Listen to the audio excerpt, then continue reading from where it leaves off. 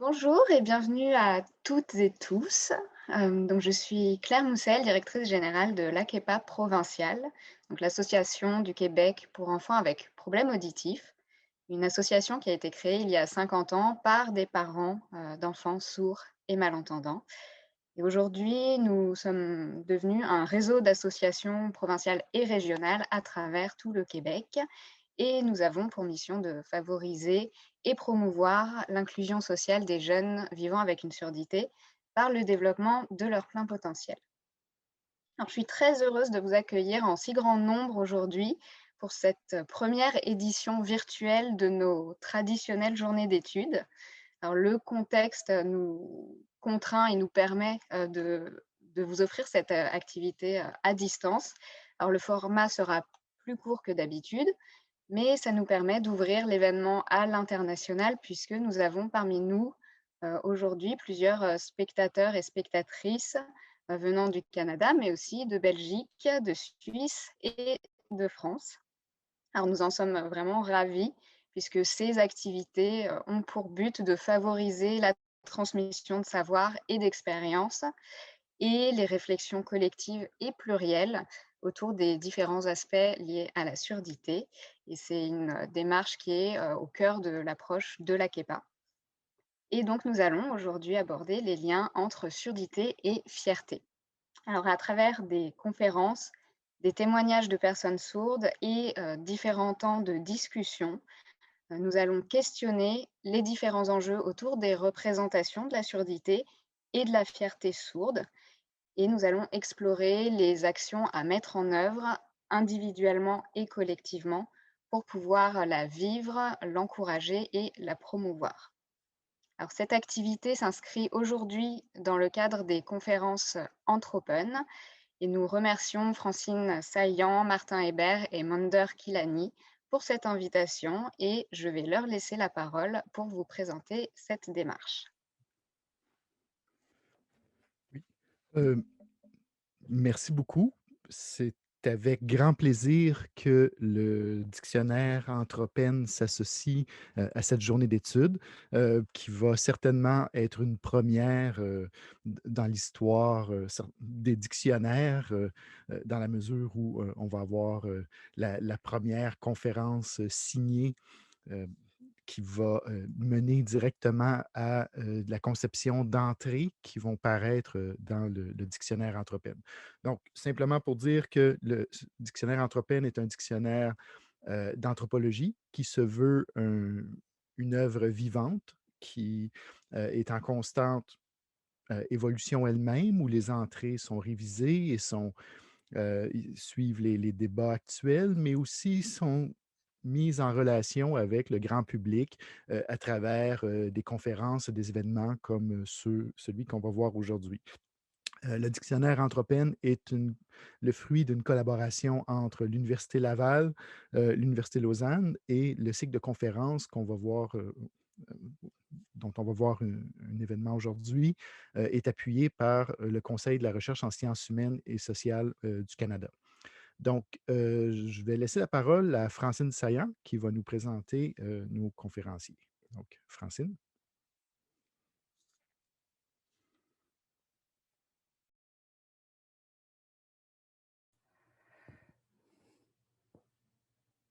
Bonjour, bienvenue à cette conférence et ça me fait plaisir de présenter Charles Gaucher qui a été mon étudiant. Il m'a demandé de le dire.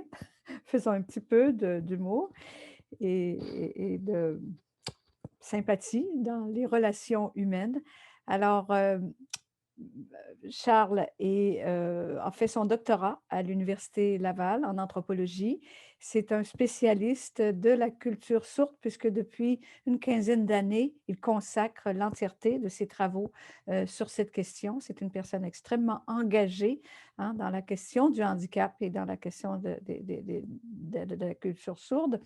Il est maintenant professeur à l'Université de Moncton et c'est donc à titre de spécialiste et aussi de personnes engagées que nous lui avons proposé avec sa collègue Madame Merat de faire cette conférence aujourd'hui à l'intention des personnes qui euh, fréquentent l'association AKEPA. Merci beaucoup de nous accueillir, tous les membres de l'AKEPA et la direction de cet organisme. Et la parole, je crois, est à Charles. Merci beaucoup, Francine. C'est toujours un plaisir de se revoir. C'est toujours un plaisir de participer aux activités que vous organisez. Je remercie franchement Anthropen. Je remercie également l'AKEPA de me donner cette chance-là que j'ai de faire une espèce de bilan, hein, finalement, des réflexions que j'ai eues dans les dernières années, principalement autour de la question de la parentalité en contexte de surdité. Aujourd'hui, on va aborder la question de la fierté sourde. C'est bien entendu un moment pour se questionner sur le sentiment qu'éprouvent les sourds eux-mêmes quant à leurs différences. Aujourd'hui, justement, dans la deuxième partie, on va avoir plusieurs témoignages qui vont nous permettre d'exemplifier le spectre large, finalement, qui anime le spectre de sentiments qui anime ceux qui se disent fiers d'être sourds. Pour ma part, comme je l'ai dit tout de suite d'emblée, je vais essayer de voir avec vous comment le sentiment de fierté renvoie à des possibilités de reconnaissance de la différence sourde dans le milieu premier où prend forme toute forme d'appartenance, qu'elle soit linguistique ou identitaire, c'est-à-dire la famille. Donc, tout d'abord, il faut bien sûr se mettre d'accord. Qu'est-ce qu'on veut dire quand on dit la différence sourde? De quelle différence est-ce qu'on parle? Et qu'est-ce qu'il y a à reconnaître? Les sourds avec un S majuscule réclament clairement, en tout cas depuis les années 90, 80 même, que soient reconnues les langues des signes, leur langue d'usage. Ainsi, le sentiment de fierté relié à leur surdité est profondément lié à la spécificité linguistique qu'elle porte. Ça, c'est clair et net dans à peu près tous les écrits et dans les revendications sourdes. On peut donc dire que le développement identitaire des sourds passe par la reconnaissance de ces langues-là qui leur permettent de pleinement participer à la société. Bien entendu, puis là, ce n'est pas une grosse nouvelle pour personne, la reconnaissance de ces langues-là ne va pas de soi. Et elle a été, puis elle est encore aujourd'hui, malgré les avancées, l'objet de nombreuses luttes juridiques et politiques.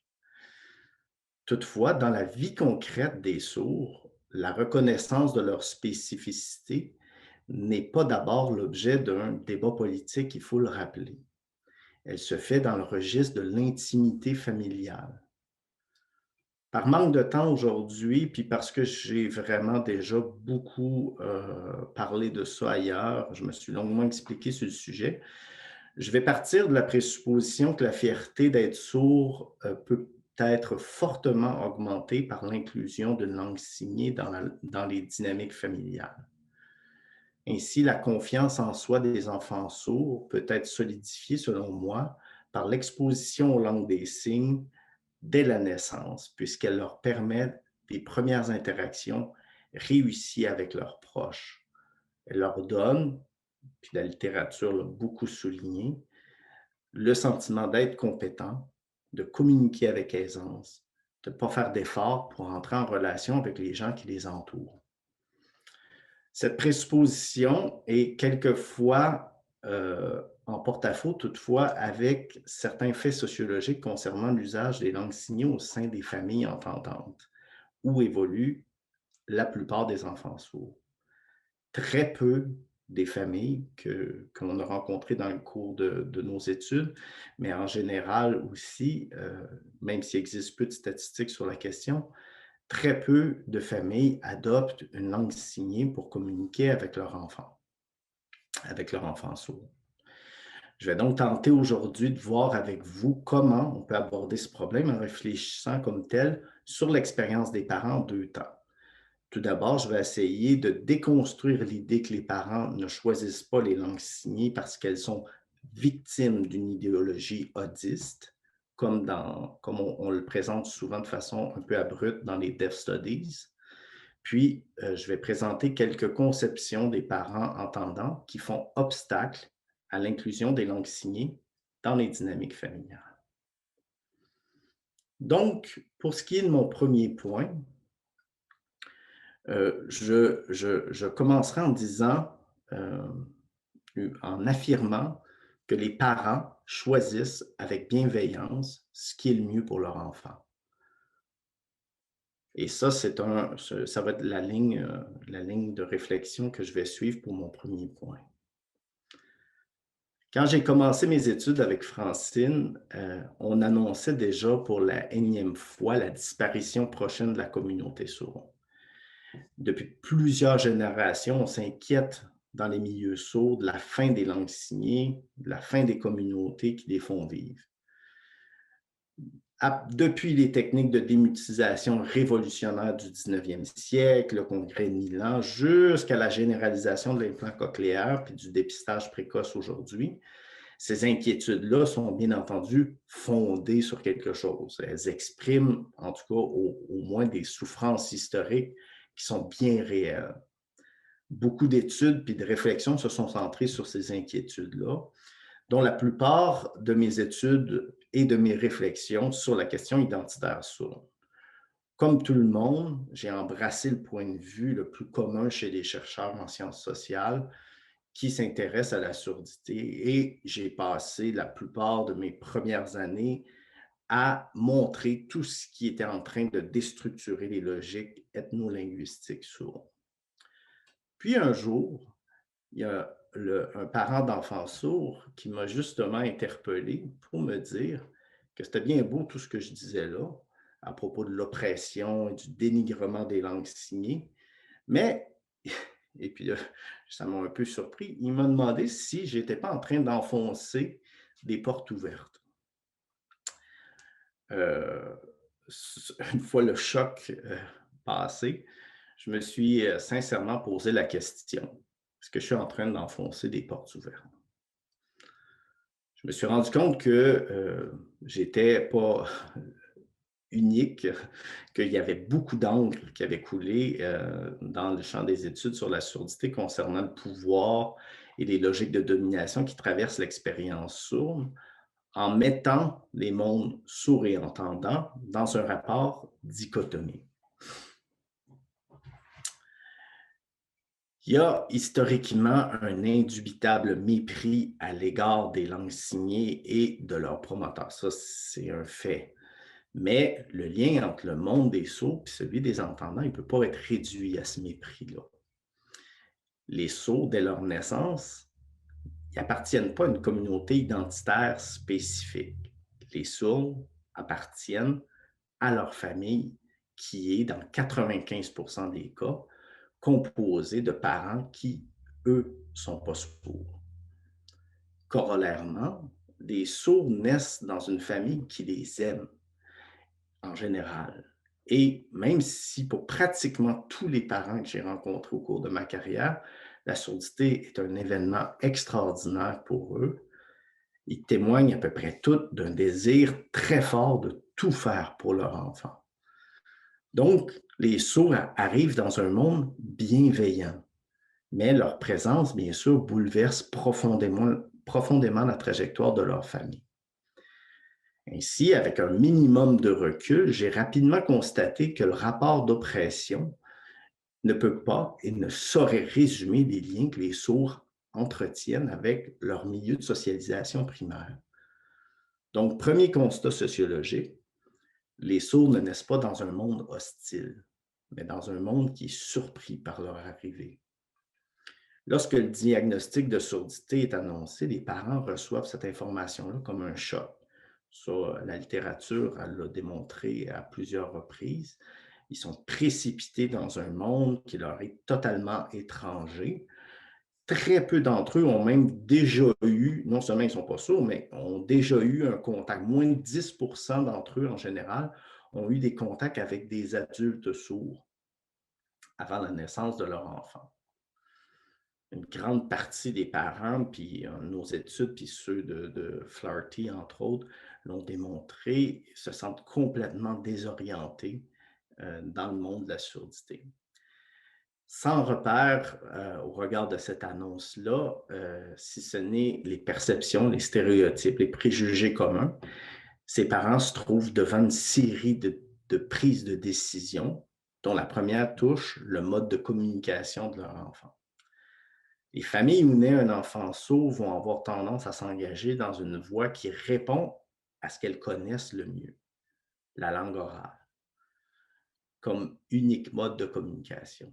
Puis ça, c'est pas par malveillance, c'est pas pour en se disant non, c'est la meilleure, mais souvent, c'est parce qu'eux-mêmes ne réalisent pas qu'il existe d'autres options. Il existe d'autres registres même que l'oralité pour transmettre une langue. Ça ne fait pas partie de leur monde. Donc, deuxième constat pour ce premier point-là, après avoir annoncé la surdité de l'enfant, les professionnels vont jouer un rôle prépondérant dans l'accompagnement des parents, ainsi que dans la présentation des possibilités qui s'offrent à l'enfant sourd et à ses parents. Dans le cas de la surdité profonde et sévère de l'enfant, il ne faut pas se cacher que l'implant cochléaire est généralement la solution aujourd'hui, la solution unique qui est proposée par les professionnels. Mais c'est de moins en moins vrai. De plus en plus d'eux vont fournir de l'information aux parents concernant les langues signées, vont également les informer de d'autres options. La généralisation de l'implant cochléaire et du dépistage précoce va avoir fait en sorte que souvent, on va avoir eu une réaction un peu réductrice, surtout chez les chercheurs, en disant, ben, finalement, les parents, ils sont comme subjugués par les professionnels de la santé puis des médecins ORL qui leur transmettraient une espèce de dégoût des langues signées en les interdisant même de les apprendre. Si on y pense un petit peu, cette conception-là implique ou impliquerait que les parents seraient des espèces d'agents passifs au regard des discours et des pratiques des professionnels de la surdité, ce qui est totalement faux. Mes recherches ont plutôt montré que les parents ont tendance à prendre rapidement un rôle très actif par rapport aux mesures d'accompagnement qui sont offertes à leurs enfants. Les choix des parents concernant leur enfant sont bien sûr souvent limités à ce qui leur est offert en termes de services. Et bien que beaucoup de parents ont témoigné n'avoir pas vraiment eu le choix de prendre la voie oralisante, ça ne signifie pas qu'ils acceptent passivement et sans remettre en question les services qu'ils reçoivent ainsi que les idéologies qui viennent avec. Ces deux constats-là invitent à remettre en question le parcours des parents comme celui de victimes de l'appareil biomédical qui, soumis aux discours et aux pratiques des professionnels, feraient des choix linguistiques et éducatifs pour leur enfant un peu à l'aveuglette. Mes recherches m'ont vite fait comprendre que cette façon de voir-là, une des phases primordiales du développement identitaire des sourds et de la présence des langues signées dans leur vie, partait sur une fausse note. Apprendre qu'on est maintenant un parent d'enfant sourd implique un changement de cap assez radical parce qu'on ne s'y attendait pas du tout. Il faut s'approprier un nouveau rôle à partir des informations et des formes de soutien disponibles. Comme toutes les recompositions identitaires, celle de ces parents-là s'effectue à partir d'un horizon de sens qui est déjà là, des représentations qui les précèdent et des façons de comprendre la différence sourde qui sont bien sûr pas neutres. Il va sans dire que cet horizon est fortement influencé par les conceptions réparatrices de la surdité. Donc, mon premier point d'arrivée pour essayer de commencer à arriver quelque part, c'est que les conceptions ne peuvent pas expliquer, les conceptions biomédicales, les conceptions réparatrices de la surdité, ne peuvent pas expliquer en totalité les choix des parents à l'égard de leur enfant sourd, surtout les choix linguistiques. Les parents ne sont pas des réceptacles de ces discours et de ces pratiques-là concernant la surdité. ils travaillent leur expérience à l'aide de ceux-ci. Surtout, ils sont membres d'une société qui attribue une valeur à la surdité ou aux langues des signes, qui marque leur propre perception et leur représentation de la différence de leur enfant. La reconnaissance première des parents de la différence de leur enfant n'est donc pas essentiellement tributaire d'enjeux idéologiques ou même politiques qui feraient de la famille un milieu finalement hostile aux langues signées. Les parents sont des agents actifs qui raisonnent et justifient les choix qu'ils font pour leur enfant à l'aide d'une multitude de discours et de pratiques qu'ils puisent à différentes sources. Ce sont aussi des individus qui, avant d'apprendre la surdité, il faut le rappeler, connaissaient absolument rien du monde des sourds. Donc ça m'amène à mon deuxième point, qui est justement relié au fait que les parents font des choix qui sont orientés par des représentations communes de la surdité et non pas par des pressions idéologiques. Donc, force est de constater que les langues des signes ne sont que très partiellement, voire pas du tout utilisées par les systèmes d'aide étatiques occidentaux qui interviennent dans la vie des enfants sourds.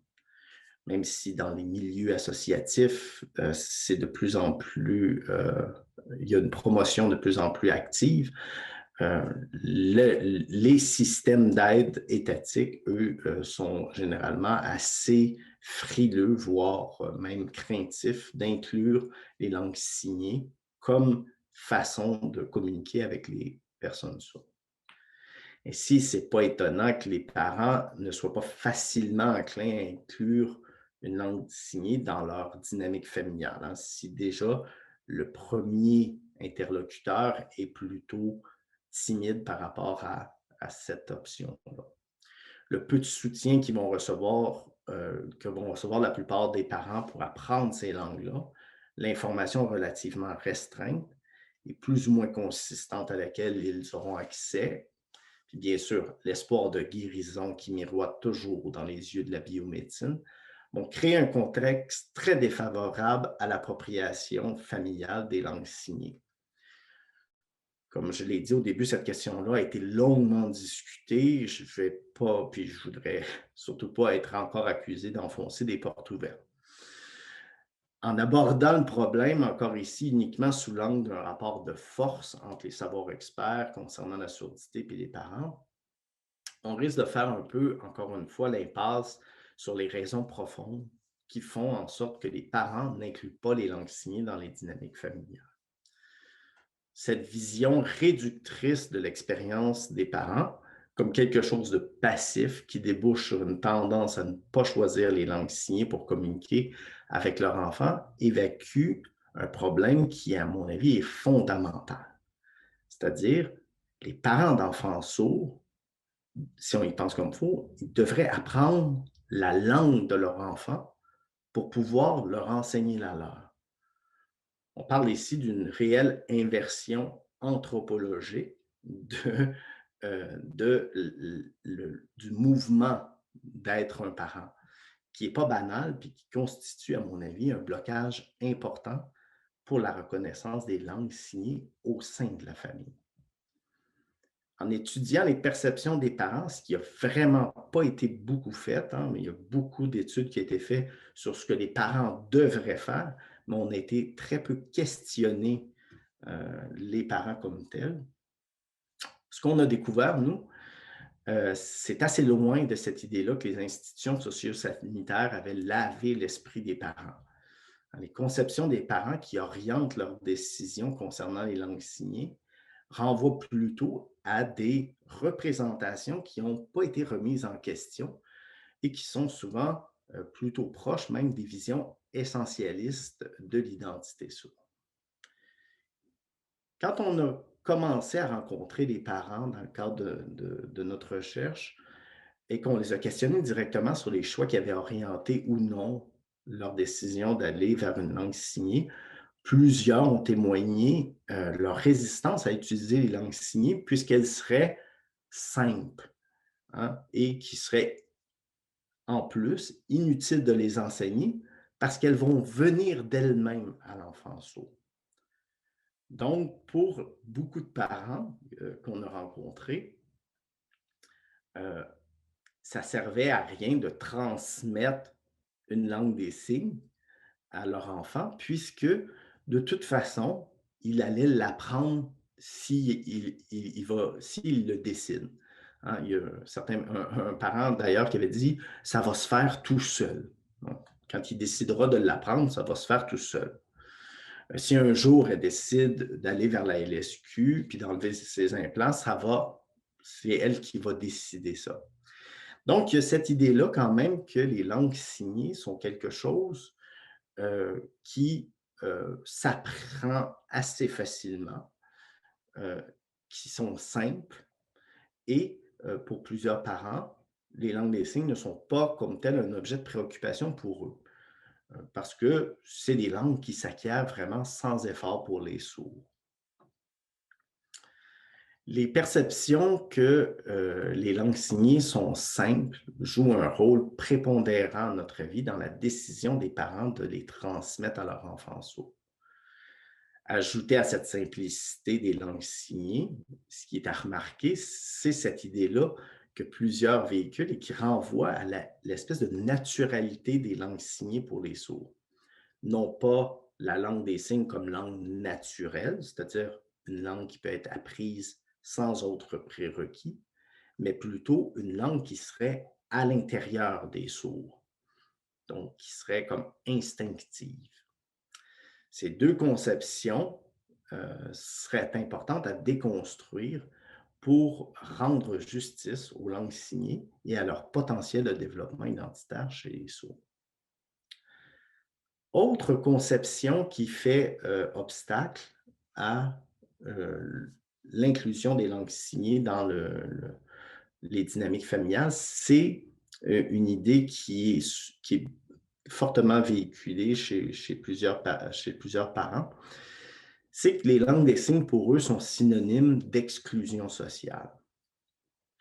Pour plusieurs parents, parce que nous, on a travaillé principalement au Canada, dans d'autres pays aussi, mais surtout pour les parents qui sont très loin des centres urbains, pour eux, la seule garantie d'intégration dans leur milieu, au sein de la famille, puis de la société en général, ça passe par la parole. Ça semble être le gros bon sens pour eux d'enseigner une façon de communiquer qui est partagée par le voisinage, par la famille élargie. En choisissant la parole pour leur enfant, les parents tentent de l'inscrire dans une trajectoire familiale normale. Et là, c'est vraiment les mots des parents qui vont mentionner le mot normal. Trajectoire qui va les obliger, bien sûr, à entrer dans une logique de réparation de l'enfant. Donc, chez plusieurs parents, cette idée de normalité-là, elle est fortement présente.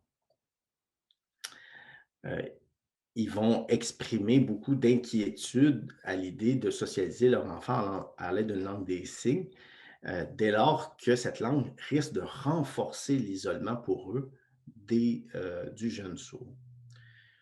Plusieurs facteurs sont évoqués par eux pour expliquer l'inquiétude de ces parents-là de voir leur enfant ayant une surdité isolé de par son mode de communication.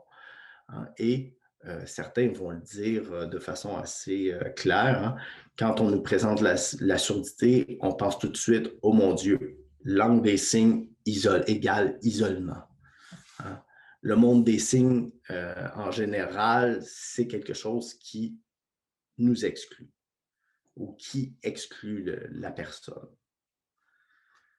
D'autre part, quelques parents s'inquiètent aussi de l'usage des signes au sein même de la famille, puisqu'ils craignent que la langue des signes utilisée par l'enfant ne soit pas partagée par tous les membres de la société, de la famille, pardon.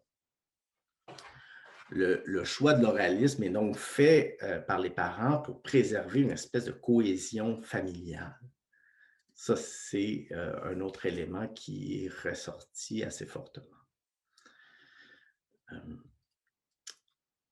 Donc, le sentiment d'isolement peut être augmenté par le manque de contact régulier entre les parents entendants et les adultes sourds, qui est un fait, on l'a vu tout à l'heure. Il n'existe pas vraiment de modèle dans l'environnement des parents qui va faire en sorte que pour eux, apprendre une langue des signes et même avoir le désir de la transmettre, ça devient quelque chose d'assez abstrait, d'assez loin de leur expérience. Les familles ont une représentation sommaire de la nature des langues signées et de leur potentiel, qui alimente l'idée que d'inclure ces langues dans les dynamiques familiales serait finalement un effort pratiquement inutile, puis même contre-productif, parce qu'il va nuire à l'inclusion de l'enfant.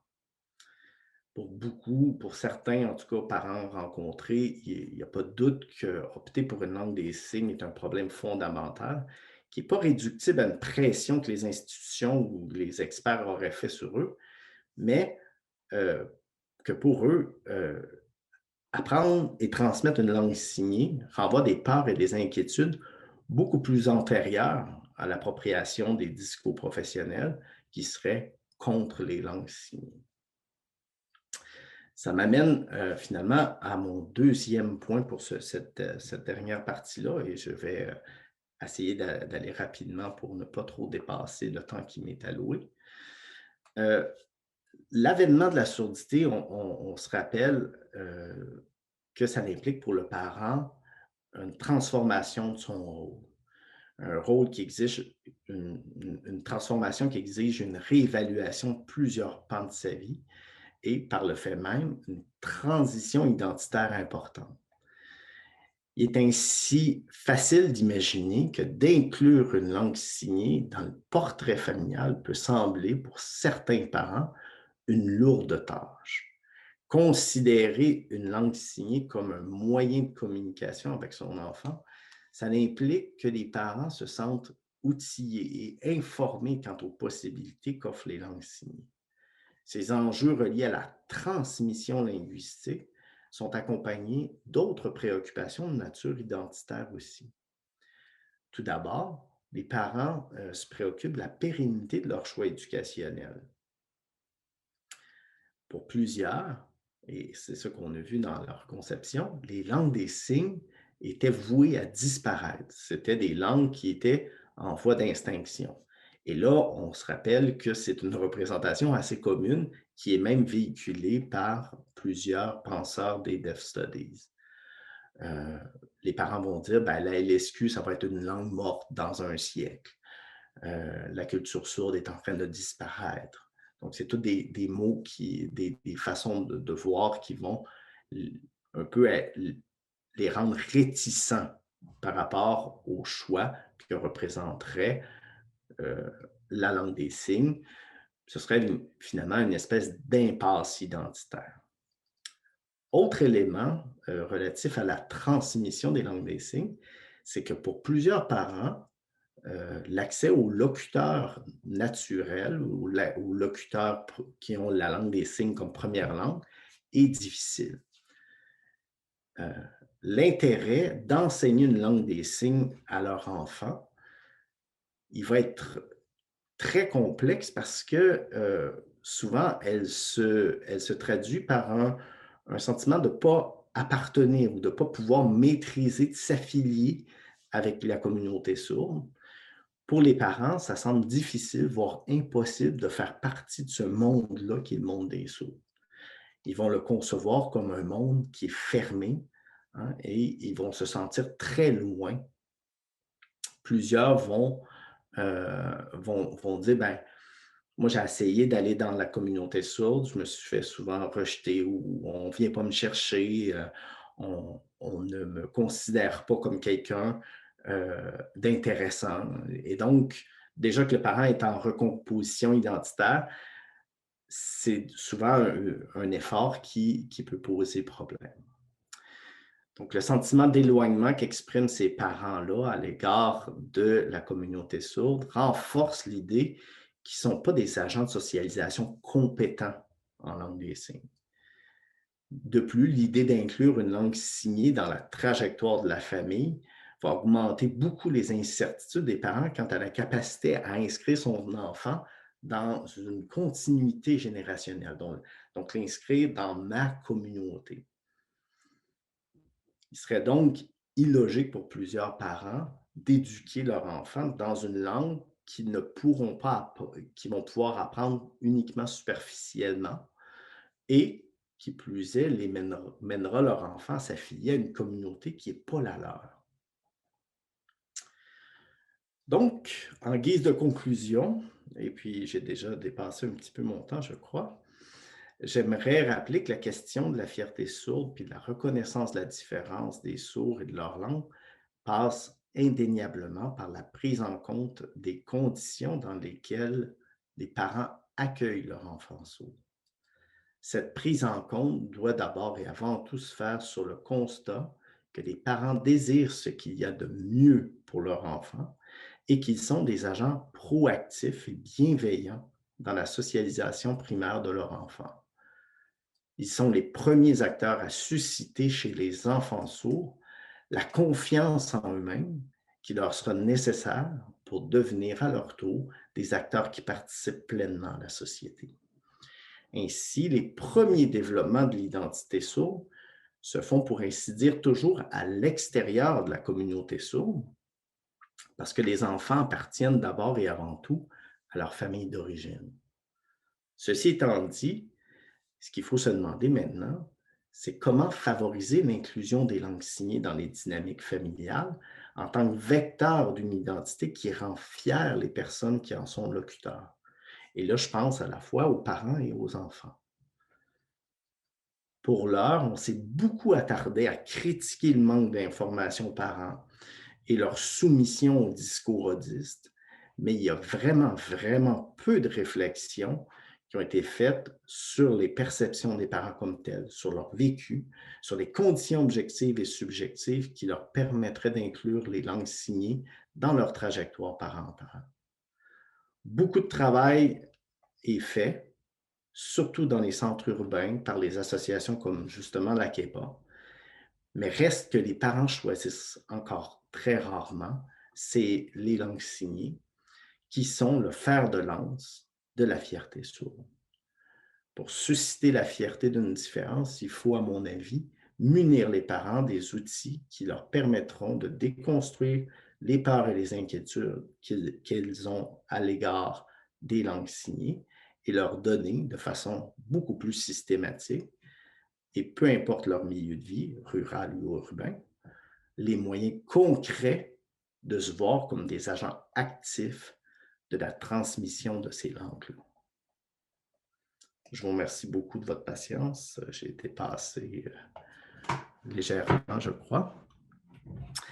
La façon dont on a dit qu'on fonctionnerait, c'était que dans la deuxième partie de cette conférence, nous allions avoir un commentaire de ma collègue, chercheuse qualifiée du FNRS à l'Université de Namur, Laurence Meurant, qui réagira à mes propos. Puis après, on aura une séance de questions, de commentaires en fonction de ce que nous aurons dit.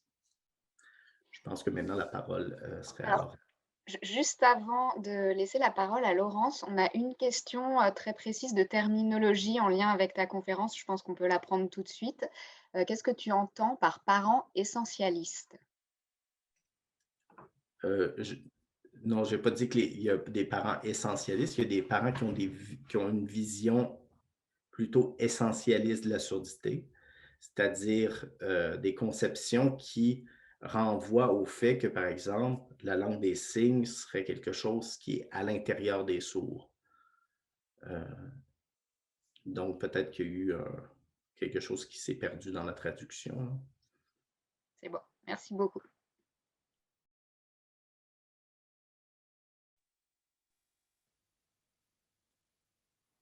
Bien, bonjour à tous, bon après-midi pour ceux qui, comme moi, sont en Europe. Avant tout, merci à Charles, à Anthropène et à la KEPA de me permettre de vous parler. Et donc, je vais, comme prévu, commenter le propos de Charles, ce qui est évidemment un honneur. Mais je vais le commenter de mon point de vue, c'est-à-dire le point de vue d'une linguiste belge, de la partie francophone de Belgique, et aussi, ça a de l'importance, vous verrez, une linguiste qui a la chance depuis plus de 20 ans d'être le partenaire scientifique d'un dispositif d'enseignement bilingue et inclusif dans une école à Namur. Donc je travaille à l'université de Namur et à 10 minutes de l'université a été mis sur pied en 2000 un enseignement en classe inclusive où des groupes d'enfants sourds suivent un enseignement ordinaire, général, dans les classes d'enfants entendants, avec un binôme d'enseignants signants et parlants. Mais au départ, mon entrée dans l'étude des langues des signes, pour vous situer un petit peu mon propos, il est venu de mon intérêt pour la linguistique générale. Et en fait, les langues signées m'intéressaient parce qu'elles permettaient de réinterroger justement, de raffiner ou même de bousculer un petit peu les connaissances qu'on avait sur les langues, sur le langage en général, et des connaissances qu'on avait construites jusqu'alors essentiellement à partir des langues vocales. Et donc de ce point de vue théorique, là, de ce point de vue scientifique, une des caractéristiques des langues des signes qui m'intéressait le plus, qui me paraissait vraiment très intéressante, c'était que c'était des langues et que ça en faisait, que leur différence de modalité en faisait des cas exigeants pour les linguistes, d'une certaine façon des langues, des empêcheurs de tourner en rond qui interpellaient donc la pensée. Mais au-delà de cet aspect théorique, donc je vous ai dit, depuis le tout début de mes recherches, j'ai été en lien avec la construction de ces classes bilingues. Et au-delà donc de ce point de vue théorique, tout de suite j'ai été confrontée aussi au fait que le fait que les langues des signes soient des langues, ça en faisait aussi des tremplins, des voies d'entrée dans cette compétence qu'est le langage. Et donc au même titre que n'importe quelle autre langue. Et voilà, donc de ce point de vue-là, vous allez voir que mon commentaire sera non seulement de type linguistique, mais aussi largement imprégné de cette expérience particulière. Donc peut-être qu'elle n'est pas généralisable à toutes les régions du monde, mais en tout cas, elle sera imprégnée de cette expérience particulière construite en collaboration avec ces classes bilingues à Namur.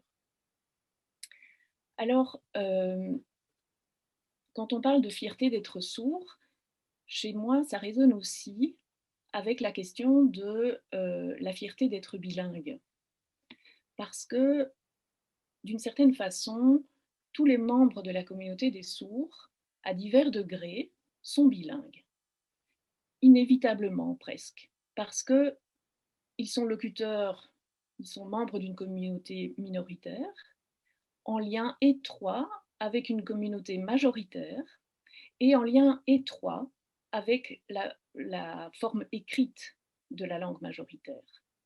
Et donc, à des degrés divers, tous les membres de la communauté sourde sont quotidiennement imprégnés de la langue majoritaire. Et donc, ils ont des rapports divers à ce bilinguisme. Et pourtant, ils n'en sont pas toujours conscients.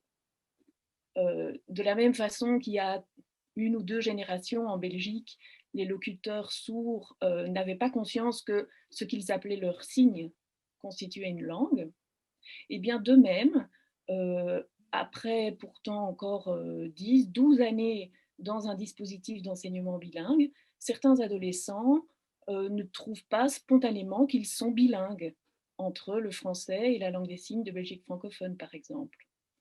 Ils ont l'impression au départ de la réflexion que c'est un peu forcé sur les mots, un peu forcé sur les termes. Bon, alors c'est lié à beaucoup de choses, c'est lié aux conceptions un peu idéalistes que l'on a du bilinguisme. Souvent, on parle de bilinguisme parfait, comme si tous les bilingues maîtrisaient de la même façon, dans tous les mêmes contextes, dans tous les mêmes registres, les deux langues, ce qui est vraiment un leurre. C'est lié bien sûr à toute une série d'autres facteurs liés au prestige des langues, des langues signées par rapport aux langues vocales, de la visibilité des langues signées dans la société, etc. Mais c'est quand même intéressant de se rendre compte que les locuteurs sourds n'ont pas toujours cette conscience d'être en fait déjà des bilingues. Et d'ailleurs, à ce propos-là, à propos de la fierté d'être sourd, je voudrais aussi dire que du point de vue du rapport aux langues, du rapport à la langue des signes, à la langue vocale et aux langues, il n'y a pas qu'une seule façon d'être sourd. De nouveau, de l'expérience des classes d'école et surdité à Namur, un travail que j'ai fait avec ma collègue Magali Guesquière nous a permis d'identifier, presque 20 ans après le début du projet, 4 grands profils d'élèves sourds dans les classes. 4 grands profils par rapport donc à leur rapport aux langues.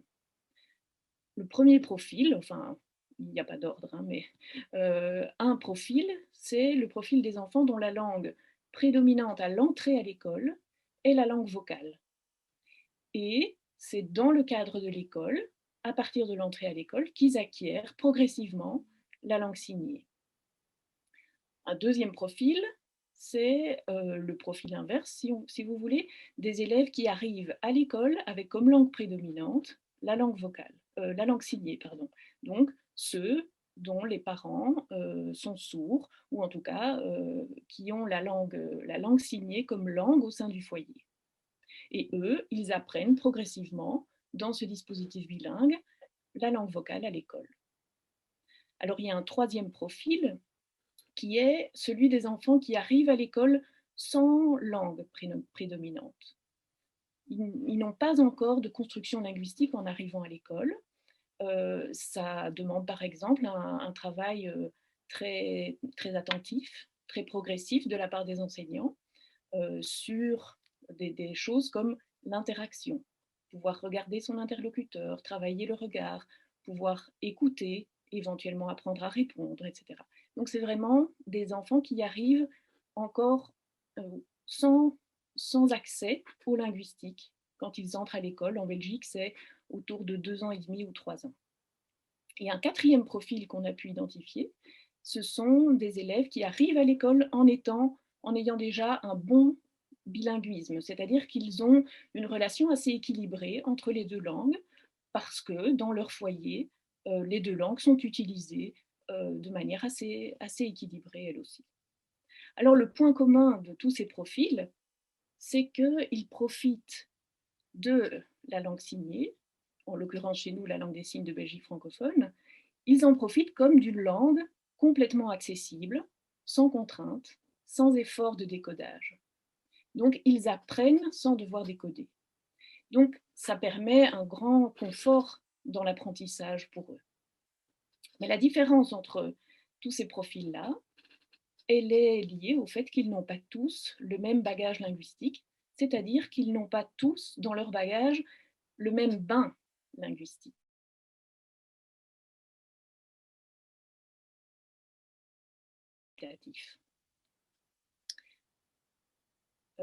Je vois que ma connexion Internet est instable. J'espère qu'on m'entend toujours bien. Moi, je vois les interprètes en tout cas, donc ça a l'air d'aller. Alors, Charles disait tout à l'heure, parlait tout à l'heure de l'importance de l'inclusion des langues signées dans la famille. Et en lien avec cette idée de ce concept du bain linguistique, je voudrais dire, bien sûr, mais aussi, autant que possible, autant que possible, il est important de donner aussi, de faire vivre aussi dans le foyer une langue vocale accessible. De mon point de vue, de linguiste donc, qui s'intéresse à cet accès au langage, et aussi de mon point de vue de contact avec le programme bilingue, c'est un aspect crucial du bain de langue. C'est un aspect crucial pour l'enfant, pour son développement linguistique et cognitif en général, qu'il y ait un gros bain de langue et un bon bain de langue, c'est-à-dire beaucoup d'échanges, le plus possible, et avec toutes sortes de types d'échanges, pas seulement des interactions fonctionnelles, utilitaires entre les parents et l'enfant, par exemple, mais aussi des informations gratuites ou qui ne lui sont pas adressées, mais qui lui seraient rendues accessibles. Des échanges variés avec des interlocuteurs variés. Pensez par exemple à tout ce bain linguistique qu'ont gratuitement tous les enfants entendants quand ils entendent leurs parents qui discutent entre eux, quand ils entendent dans la rue des conversations d'adultes, quand ils entendent leurs parents téléphoner au banquier. Tout ça, c'est de la langue qu'ils reçoivent passivement, qui ne leur est pas adressée, à laquelle ils ne doivent pas réagir. Ce sont aussi des échanges qui ne sont pas dans un registre langagier qui leur est habituel. Ce n'est pas le registre qui est habituellement adapté à un enfant. Eh bien, tout ça, c'est évidemment de l'or pour la construction linguistique, pour la construction cognitive en général d'un enfant. Et donc, bien sûr, ce n'est pas moi qui dirait que les langues signées ne sont pas à promouvoir au sein des familles. Mais je voudrais aussi insister sur le fait que les langues vocales, si elles sont rendues accessibles aux enfants, et je vais en dire un mot juste après, elles sont tout aussi importantes que les langues signées pour donner accès aux linguistiques, pour faire le premier pas vers cette capacité langagière. Alors, rendre une langue vocale visible, eh bien, c'est à la fois très exigeant, c'est très constant, mais les parents trouvent eux-mêmes les marques dans lesquelles ils sont les plus à l'aise. Ça peut être en tout cas, enfin, ça nécessite en tout cas un regard partagé. C'est-à-dire que parler à un enfant sourd, oralement, ça nécessite qu'il vous regarde et de le regarder. L'idéal, c'est aussi que les lèvres soient accessibles, que l'expression du visage soit visible. On peut aussi utiliser des systèmes comme la langue parlée complétée, qui précise la lecture sur les lèvres. Et donc, tous ces systèmes-là ne remplacent pas la langue signée. Je ne suis pas du tout en train de dire ça, mais ils participent au bain linguistique.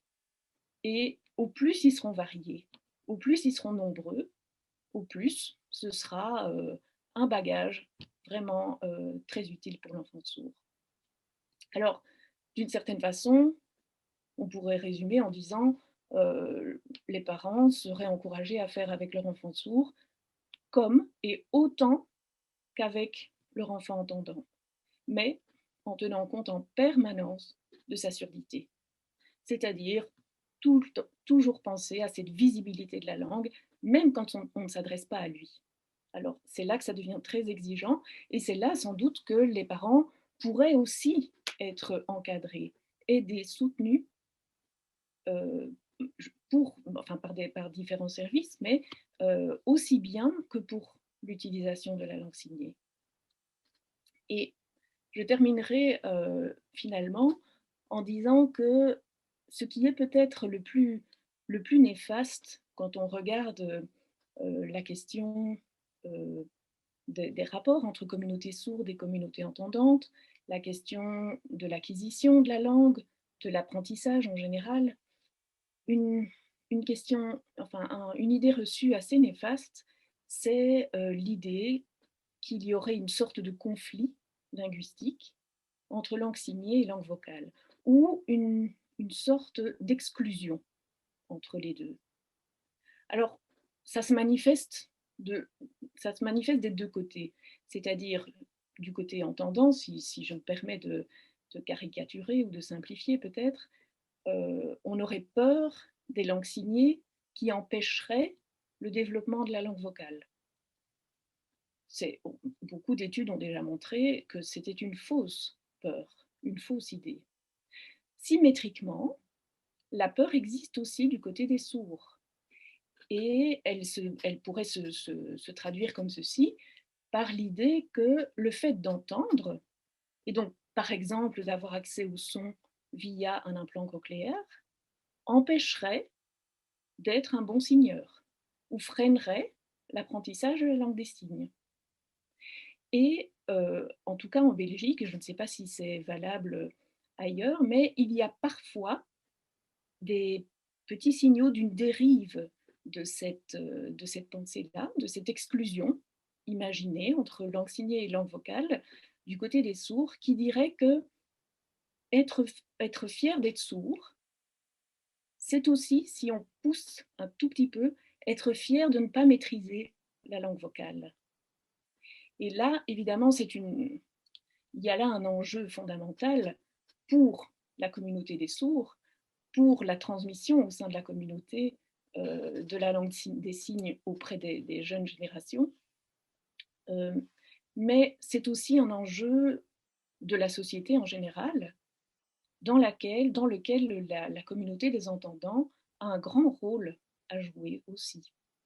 Par exemple, en considérant que les langues signées permettent aux sourds de participer pleinement à la société, et donc y compris de recevoir un enseignement de qualité équivalent à celui des entendants, en y ajoutant peut-être en plus des qualités de compétences bilingues.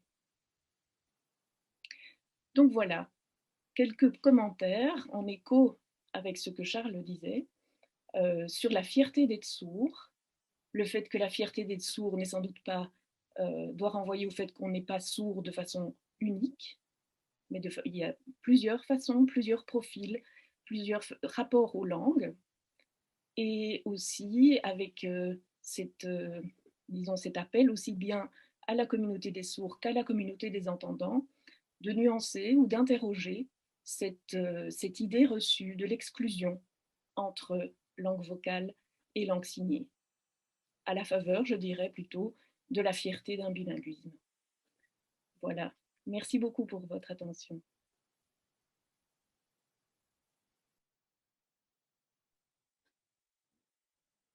Merci beaucoup, Laurence. Alors, nous allons maintenant ouvrir la période de discussion jusqu'à 10h30 à peu près. Donc, ça va être le moment de partager vos questions pour Charles et pour Laurence, ou même vos réactions, votre expérience ou votre point de vue, vos constats concernant justement ce lien entre langue signée et fierté sourde chez les jeunes sourds ayant des parents entendants. Donc, pour cela, vous pourrez utiliser la section Q et A ou Q et R pour des questions écrites, ou vous pouvez utiliser la fonction lever la main si vous souhaitez vous exprimer en langue signée pour qu'on puisse ouvrir votre caméra, ou pour une intervention un peu plus longue. Alors, si vous vous exprimez en langue signée, on vous demandera de préciser au début de votre intervention si vous utilisez la LSQ ou la LSFB pour pouvoir aider nos interprètes. Merci beaucoup, et je vais prendre en alternance les questions main levée et les questions écrites.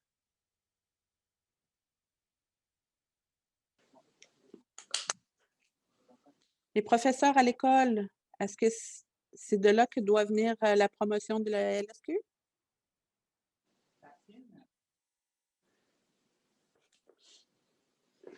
Voilà, oui, c'est ça ma question. Je ne suis pas sûre d'avoir parfaitement compris la question, mais en tout cas, je pense que l'école, oui, peut être un lieu de transmission de la langue des signes. Les écoles ont été des lieux privilégiés pour la transmission des langues des signes depuis toujours. Mais oui, bien sûr que les enseignants, les systèmes éducatifs eux-mêmes peuvent être des lieux de transmission, oui. Mais ça n'exclut pas que la famille soit aussi ouverte aux langues signées, et qu'en fonction de toute une série de contraintes et de situations contextuelles, il fasse vivre la langue des signes aussi au sein de la famille. Ce qui n'exclut pas, comme je le disais, de faire vivre aussi la langue parlée, puisqu'on dit que, enfin Charles a dit que très justement, que pour beaucoup de parents, la découverte de la surdité arrive en même temps, ou à peu près, que la naissance de l'enfant. Et donc, on ne peut pas exiger des parents, enfin c'est impossible d'imaginer que des parents soient aussi à l'aise ou naturellement en langue signée avec leur enfant que dans leur langue maternelle. Donc, je crois qu'il ne faudrait pas non plus mettre une pression ou une interdiction, en tout cas du côté des parents, contre l'utilisation de leur langue vocale. Je crois que là, ce qui est intéressant, c'est de leur dire à quel point leur langue vocale, enfin les échanges linguistiques les plus naturels possibles, sont une richesse pour leur enfant, à condition qu'ils soient accessibles, qu'ils soient rendus visibles, en tout cas. Merci. Alors, je vais prendre une deuxième question écrite. Est-ce que le fait qu'il y ait chez certains adultes sourds une fierté de ne pas maîtriser la langue orale n'est pas une conséquence des années d'éducation oraliste? Donc, environ un siècle. Alors, c'est une question qui est adressée à Laurence. Je crois qu'il y a pas mal de paramètres qui expliquent ce type de vision et de manière générale ce que j'ai qualifié tout à l'heure de conflit linguistique interne aux locuteurs sourds, mais aussi aux membres de la communauté entendante. Ça, oui, l'éducation oraliste, enfin, ou certaines dérives aussi de l'éducation oraliste, c'est-à-dire par exemple justement celle qui a prôné l'exclusion des deux modalités linguistiques, a pu contribuer aussi à cette réaction-là, oui, certainement. Je crois que, je crois que vraiment la clé de voûte de toutes les explications, c'est cette croyance en l'exclusivité. Si vous voulez apprendre la langue vocale, alors vous devez éviter la langue signée. Ou bien, si vous voulez être un bon signeur, vous ne devez pas entendre. Ou la preuve que vous êtes un bon signeur, un vrai sourd, ce serait que vous ne maîtrisiez pas la langue vocale. Voilà, tous ces discours dichotomiques, à mon avis, contribuent à ce conflit linguistique et sont un frein au développement de la communauté des sourds, de l'éducation des sourds, et aussi un frein à l'inclusion dans la communauté des entendants, dans la communauté majoritaire de la communauté des sourds. Et loin de moi de reléguer ce problème ou la responsabilité de ce problème aux sourds ou aux entendants. Je crois que, évidemment, chacun a son rôle dans, dans ce fait, dans ce phénomène. Mais simplement, peut-être qu'en être conscient, ça permet d'éclairer certaines choses, de relativiser certaines réactions. Et à mon avis, ça peut être très intéressant, un vrai enjeu pour les générations prochaines de sourds et d'entendants.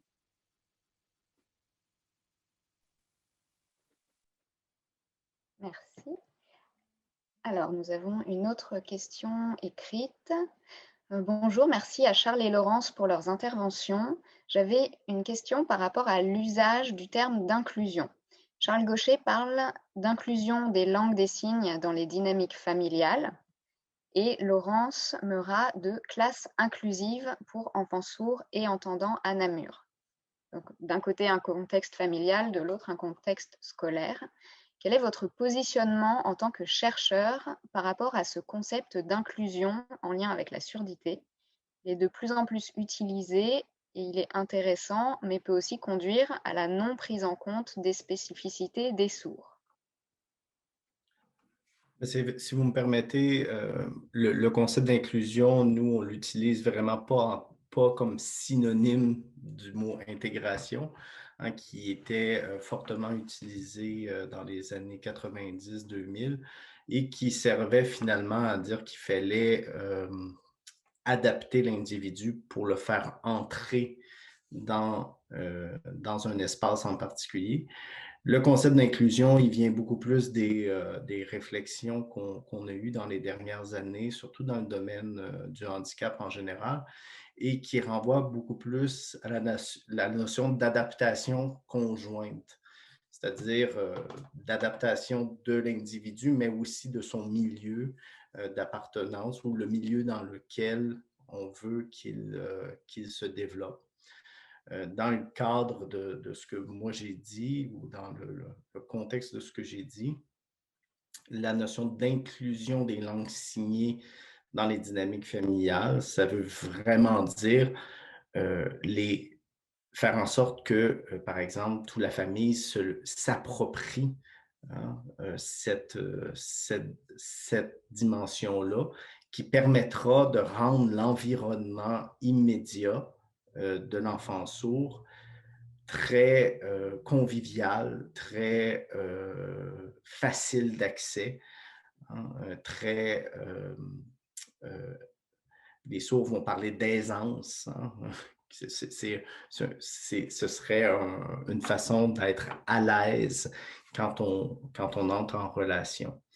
Donc, pour moi, le concept d'inclusion, il vient vraiment de là. Il vient de cette idée-là qu'il n'y a pas, qu'on ne doit pas uniquement faire en sorte ou mettre tous nos efforts sur l'adaptation de l'individu, mais qu'il faut aussi s'assurer que son environnement fait aussi un pas, que son environnement s'adapte.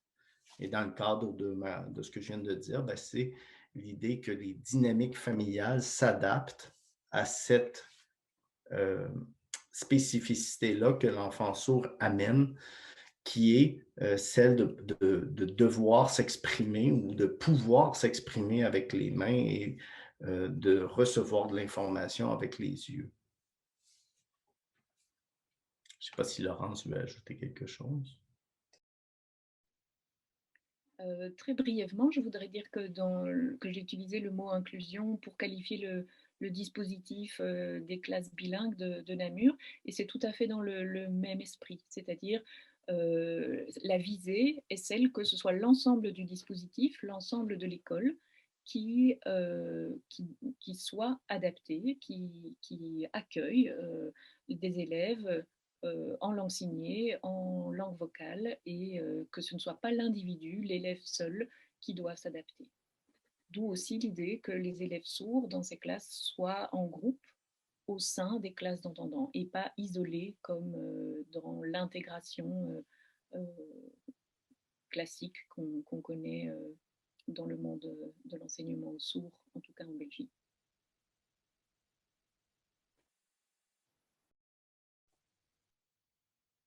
Merci. Alors, je vais prendre 2 questions en même temps. Donc une première question, ai-je bien compris que vous suggérez de promouvoir la fierté du bilinguisme? Ce serait une attitude extraordinairement positive que nous aurions tous avantage à adopter. Et je pense que cette question va bien avec la suivante qui est: quel est le rapport des élèves bilingues avec la langue signée? Est-ce qu'ils en sont fiers et est-ce qu'ils ont une identité claire par rapport à ce bilinguisme?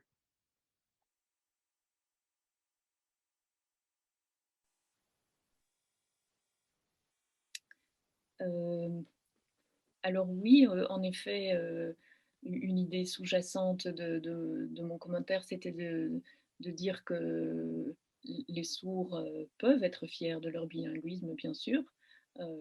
Il y a de quoi. Et, et puis, attendez, j'ai perdu le fil de la deuxième question. Ah oui, quel est leur rapport à la langue signée? Je ne crois pas que je puisse donner une réponse valable pour tous les élèves. Comme je disais, ils arrivent, disons, avec des profils différents, des profils linguistiques qui sont parfois opposés. Donc, il y a des élèves qui arrivent avec la langue des signes comme une évidence. C'est la langue de leur foyer depuis toujours. D'autres élèves qui la découvrent. Pour certains élèves qui arrivent sans bagage linguistique à l'école, la langue des signes est souvent la voie d'entrée la plus douce, enfin la plus facile, la plus respectueuse, je crois, pour faire entrer le petit enfant petit à petit dans l'interaction linguistique de manière confortable. Maintenant, quant à savoir quelle est leur identité, de nouveau, je ne m'avancerai pas à généraliser. Et puis, c'est quelque chose qui est toujours en construction. Je veux dire, les aînés des élèves de ces classes sont des adolescents. Et qu'est-ce que l'identité d'un adolescent? Peut-être que par définition, c'est quelque chose de changeant. En tout cas, l'idée, c'est de les rendre le plus à l'aise possible par rapport aux deux langues, par rapport aux deux cultures, et que leur vie d'adulte puisse se dessiner en fonction de, disons, d'un bien-être dans le meilleur possible dans les deux langues et dans les deux cultures. Mais voilà, je ne crois pas qu'on puisse. En tout cas, moi, je ne m'autoriserai pas à généraliser ou à parler en leur nom sur leur identité.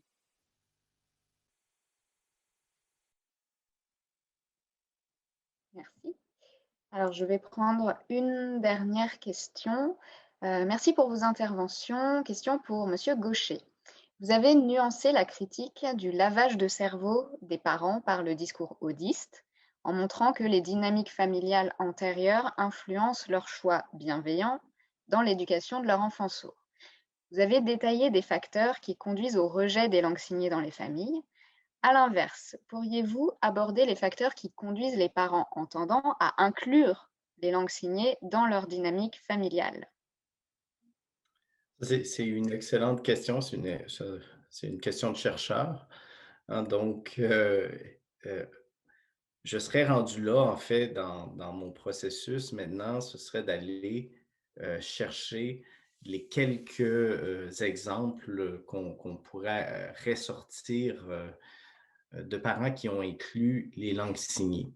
Mais quitte à me redire, c'est rarissime. On n'a pas de statistiques. En tout cas, moi, j'ai jamais trouvé de statistiques sur le nombre de personnes ou le nombre de familles qui choisissaient les langues signées comme à inclure dans leur trajectoire familiale. Mais il y a définitivement des familles qui le font. Hein. Je pense à toutes les familles qui ont décidé d'envoyer leur enfant à l'école Sainte-Marie de Namur, à d'autres familles. C'est très anecdotique qu'est-ce que j'ai à rapporter. Moi, on a rencontré dans le cadre des recherches qu'on a fait là, à peu près, pas à peu près, on a rencontré exactement 117 parents en Suisse, en Belgique, en France et au Canada.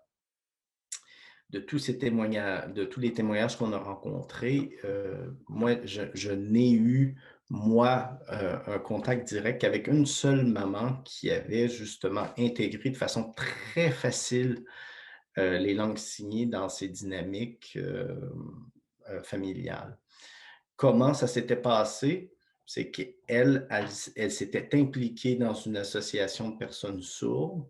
Elle était devenue vraiment de façon bénévole un membre très, très actif de cette association-là. Elle a appris par l'intermédiaire de cette implication les langues, la LSQ, en l'occurrence, c'était au Québec. Et une fois qu'elle a appris la LSQ, elle est devenue elle-même formatrice pour les débutants en langue des signes et elle a inclus ainsi la LSQ dans les dynamiques familiales. Et ça s'est fait de la façon qu'elle l'exprimait, ça s'est fait toute seule. C'est ses mots. Hein, ça l'allait de soi. Mais bon, ça lui a demandé à elle, comme personne, un investissement quand même très, très important. D'autant plus que c'est un investissement qu'elle a fait à son compte, de façon bénévole et sans aucune aide de l'État, sans aucune aide des services comme tels qui offrent du soutien pour les personnes sourdes en général. Sinon, l'accueil de cette association-là qui a voulu lui donner un coup de main, qui a voulu faire en sorte que son enfant se développe avec la langue des signes. Donc, c'est un peu anecdotique, mais c'est à peu près tout ce que j'ai, moi, à dire pour l'instant. Il faudrait, je crois, peut-être aller chercher les cas qui sont très éparses un peu partout dans le monde. si on voulait une réflexion beaucoup plus systématique.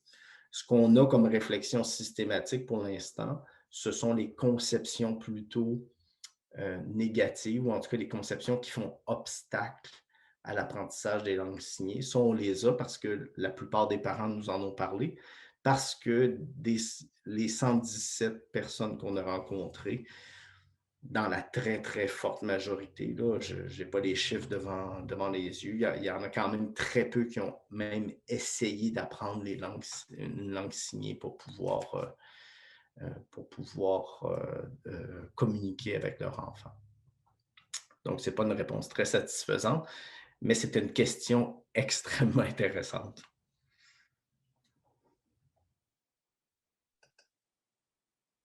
On aurait encore 2-3 minutes si jamais des parents qui ont inclus les langues signées dans leur famille pour leur enfant sourd veulent partager justement les facteurs qui les ont incités à le faire, ce serait le moment.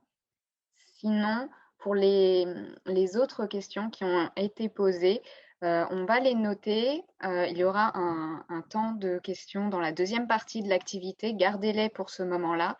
Et pour les questions très précises sur les écoles spécialisées, les écoles bilingues, j'ai pris vos questions et on vous donnera toutes les informations par courriel ultérieurement.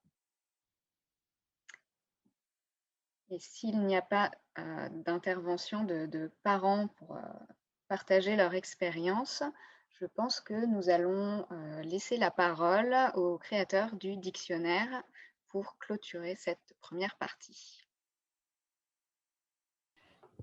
Question de laisser le mot de la fin à Francine. Je pourrais peut-être commencer juste par une petite observation et commentaire. Tout d'abord, merci beaucoup pour les présentations. Elles ont été extrêmement stimulantes. J'ai été particulièrement interpellé par le message de fond qu'il n'y a pas de conflit ou de dichotomie essentielle et inévitable entre les langues signées et les langues orales. Bon, mon champ d'expertise est sur les enjeux autochtones. Cette position-là résonne énormément avec quelqu'un qui s'intéresse à ces groupes, dans la mesure où il existe plusieurs sociétés autochtones de par le monde où les personnes entendantes maîtrisent très bien une langue signée. Donc, la communication se fait vraiment par deux canaux très souvent simultanément, c'est-à-dire par voix orale et signée, parfois pour renforcer un récit, renforcer l'expression, etc.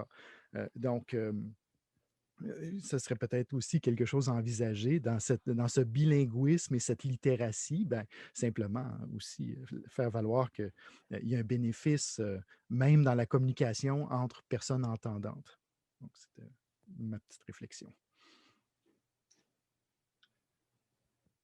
En fait, en ce qui me concerne, j'ai pas beaucoup de commentaires à faire. Enfin, sinon, tout d'abord, bien sûr, remercier les conférenciers et puis remercier les co-organisateurs de cette réunion, enfin, donc nommément l'AKEPA, qui donne l'occasion à Anthropène, donc comme ça a été présenté tout à l'heure par Martin, qui est un dictionnaire en ligne, qui est gratuit, qui est d'accès libre, et qui donne la possibilité justement de sortir du milieu strictement universitaire, comme aujourd'hui. Nous sommes très heureux d'avoir cette opportunité donc de co-organiser une conférence publique. Et il faut peut-être rappeler justement que le conférencier d'aujourd'hui, donc Monsieur Charles Gaucher, va écrire une entrée dans le dictionnaire culture sourde. Donc c'est juste pour montrer l'intérêt en fait que porte le dictionnaire que nous portons à différents sujets et notamment à celui-là. Donc merci encore pour les organisateurs, merci pour les intervenants, puis merci pour le public d'avoir été très nombreux, si j'ai bien compris. Voilà, donc je vous envoie mes salutations depuis la Suisse, depuis l'Europe, en temps de Covid. Et juste pour préciser qu'en fait, à malheur quelque chose de bon, puisque les vidéoconférences et les Zooms permettent aujourd'hui effectivement un contact très élargi. Et cette occasion-là, peut-être qu'on ne l'aurait pas eu et on n'y aurait pas pensé en temps normal, disons. D'ailleurs, on ne sait plus très bien ce qu'est la normalité. Enfin, voilà.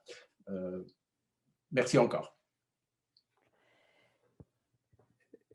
Merci également. Je joins ma parole à celle de Monder et de Martin. Merci à Charles et merci à Laurence pour leurs propos extrêmement intéressants.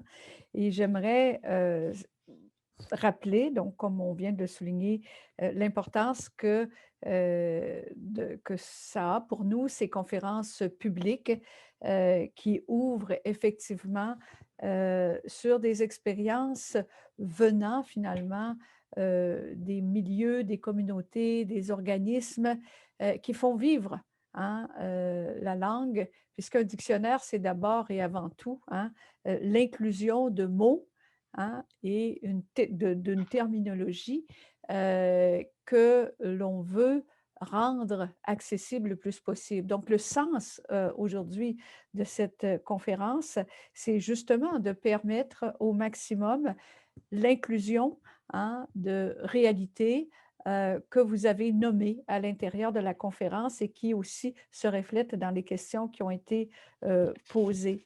Je voudrais rappeler qu'on a entendu des mots extrêmement intéressants autour de, par exemple, ces distinctions entre locuteur et signeur, ces distinctions entre langue vocale et langue signée, cette opposition qu'on voudrait moins forte entre fermeture et ouverture. Et Martin l'a souligné, la problématique qu'on voit du côté des langues autochtones, il y a quelque chose qui n'est pas éloigné de certains aspects des discussions qu'on a eues, lesquelles ont aussi été considérées comme menacées de disparition alors qu'elles sont en pleine renaissance. La question de la reconnaissance du bilinguisme, un mot qui, que ce soit en Suisse, au Canada ou en Belgique, ça a beaucoup de sens pour nous, qui sommes des pays officiellement, non pas monolingues, mais plurilingues. Alors, ici, l'apparition des langues signées incluses dans cette idée de bilinguisme ou de plurilinguisme, dépendamment de où on se situe, ça m'apparaît extrêmement intéressant. Et rappelons que aussi, c'est un dictionnaire d'anthropologie et que qu'est-ce qu'on fait, entre autres, en anthropologie, c'est de s'intéresser à la pluralité des mondes.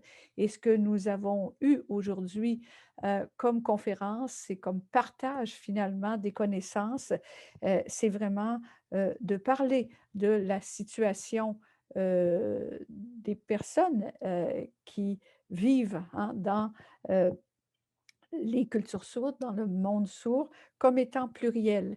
Et c'est quelque chose qu'on peut aussi constater dans d'autres situations de handicap. Je vous invite à visiter le terme handicap dans le dictionnaire anthropène.org et d'autres termes qui permettent d'élargir la connaissance finalement du monde et de parler de pluralité des mondes et d'une manière qui soit inclusive et non pas définie à partir des seules personnes qui détiennent ou qui pensent détenir le pouvoir de définition de ces mêmes mondes.